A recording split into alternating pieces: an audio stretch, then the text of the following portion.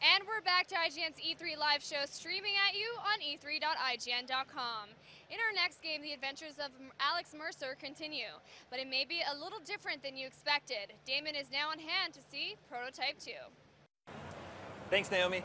Prototype 2 is being designed as a game to play when you've had a really bad day.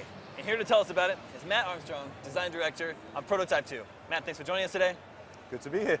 So let's get the footage going, and you can tell us what you're up to with Prototype 2. Sure. So I think most obvious new thing in the game is that we have a brand new protagonist this time around in the form of Sergeant James Heller. And he's somebody who was effectively a victim of Alex Mercer in the first game. He's somebody who's watched his home city of New York be absolutely ravaged and decimated by the virus, and he's also lost his wife and child to it. So he's now got a bit of a burning determination to take Alex Mercer down. And what we're seeing here is some footage from our vertical slice, which will show off some brand new powers and abilities. The first thing that we're going to see here is something that we call the biobomb, which allows Heller, who's currently in disguise as a Blackwatch soldier, to turn somebody into a living, walking, viral time bomb. So what we're going to do here is sneak up behind the guy with the red marker on his head, and then we'll grab him, poke him in the back of the neck, and then see what happens next. I like this bit a lot. This is really good.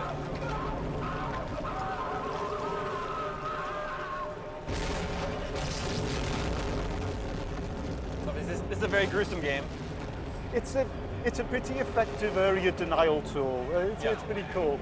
And what that allows us to do here is grab the scientist and consume him for his memories without a single shot being fired in our direction. So you approach that situation fairly stealthily.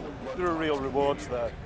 And of course the Web of Intrigue memories are back again from the first game as a way of just supporting the underlying narrative and sort of informing you more about what's going on in the game at any given point. There's some role reversal going on because Alex Mercer, the character you played in the first game, is now the bad guy, right? Yeah, and that's one of the coolest new things that we've brought to Prototype.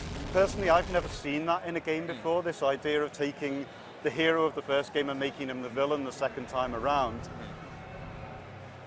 So what we're seeing here is a way of empowering the player to find their own content within the world. We have this concept now of Blackwatch operations and key personnel associated with them. And you can use Heller's new hunting ability to basically send a pulse of energy out into the world, which will then radiate back off your target, enabling you to find the target without us having to do anything as artificial as place a target marker over the top of their head. And so again, you consume somebody and you gain a memory, but whereas in the first game getting a memory was an end unto itself, this time around getting a memory actually unlocks a brand new mission in the world, so players are really free to be able to drive their own path through the story this time around. And so moving on, what we're seeing here now is the mission that we've just unlocked, and of course brand new power in the shape of the tendrils. Powers, yeah. Tendrils are pretty much my favorite thing in the game. Great. They're so crazy and over the top and so procedural, you never ever see the same thing twice, which is really, really cool. Here And then of ripping course, the rocket launcher off the tank and using it against its previous host. Yeah, and why not?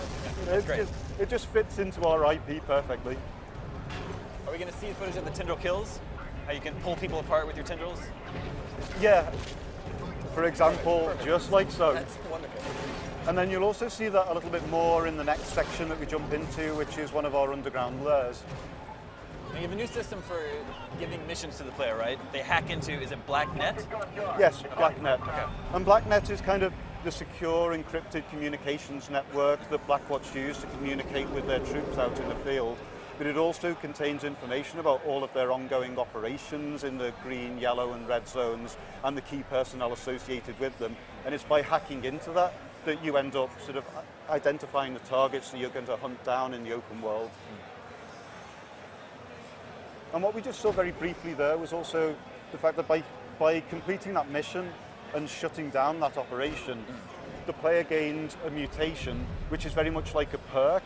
So dependent on your play style and what your choice of perk actually is, like my James Heller is going to be very different to your James Heller by the time you finish the game. Looks like there have been many graphical improvements made to the game. Yeah, we've improved graphics in two ways, one of which is by creating a brand new rendering engine, and also we have a brand new art director for Prototype 2 who's done an absolutely stunning job to this point. We're really proud of the way that the graphics are going this time around, and we feel like we're knocking it out of the park. Here he's going into a lair? Yeah, this is an underground lair. It's basically an infected breeding chamber, and from a player's standpoint, it's also kind of an underground treasure chest. So by consuming certain enemies, in this example, a spiked brawler, you can actually upgrade your powers this time around. You can make your blade bigger, faster, sharper, more deadly.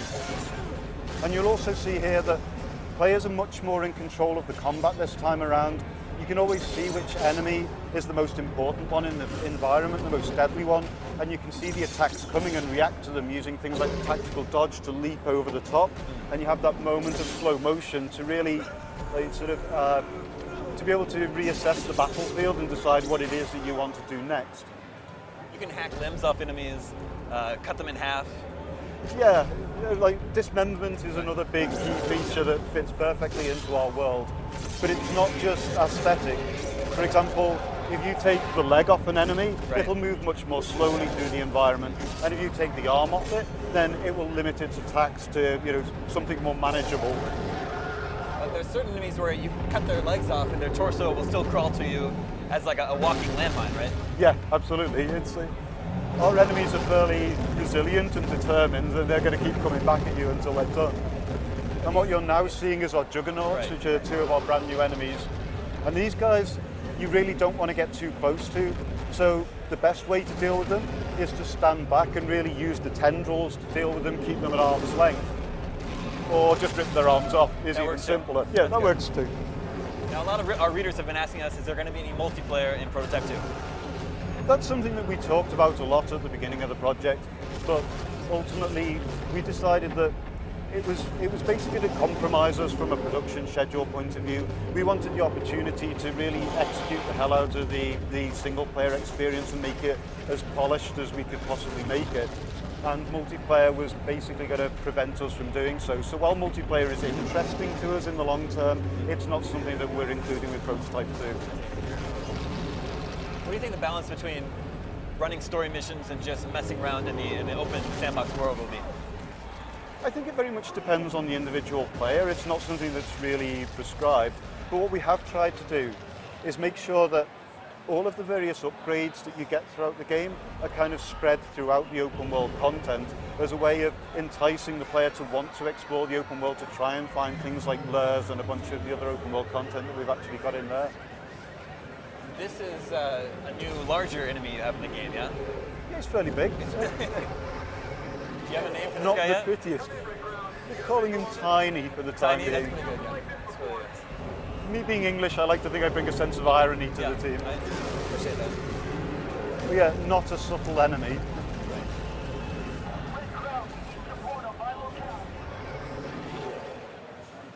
So yeah, that's kind of a sneak peek of where we're at with Prototype 2 at the moment. So that's planned for next year? That's planned for next year, yeah. We'll be out sometime in 2012. Excellent. Well, Matt, thanks for coming on to the show today. No problem at all. It's been great. Prototype 2, new hero, new powers, new enemies. You'll get to play it all next year. Back to you, Naomi. All right, thanks a bunch, guys. And for our viewers out there, how did that game look to you? Let us know by following @IGN on Twitter and using the hashtag E3. Now, it's been a great day, but we've saved something big for the end. Stay tuned for BioShock Infinite.